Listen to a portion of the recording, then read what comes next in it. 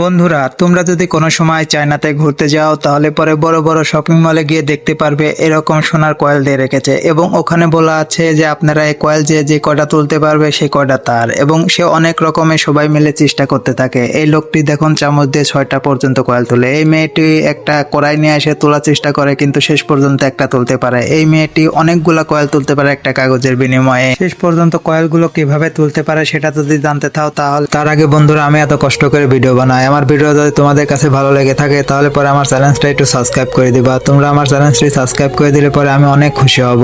আর বন্ধুরা, আমার ভিডিওতে একটা লাইক করে ভিডিওটা 2-3 বার দেখো, আমার চ্যানেলটা অনেক ডাউন হয়ে গিয়েছে। আর বন্ধুরা, তুমি তোমার মাকে বেশি ভালোবাসো না তোমার বাবাকে বেশি ভালোবাসো? অবশ্যই কমেন্ট বক্সে তাদের নামটা লিখে যাবা। এই ভাইটি বুদ্ধি খাটিয়ে প্রত্যেকটি কয়েলের উপরে কস্টিপ লাগাতে থাকে এবং শেষ পর্যন্ত দেখুন এই কয়েলগুলো সবগুলো কস্টিপ লাগানোর পরে দেখুন একবারে সবগুলো উঠায় ফেলছে। আসলে বিষয়টা কিন্তু দারুণ, তার মাথায় কিন্তু অনেক বুদ্ধি।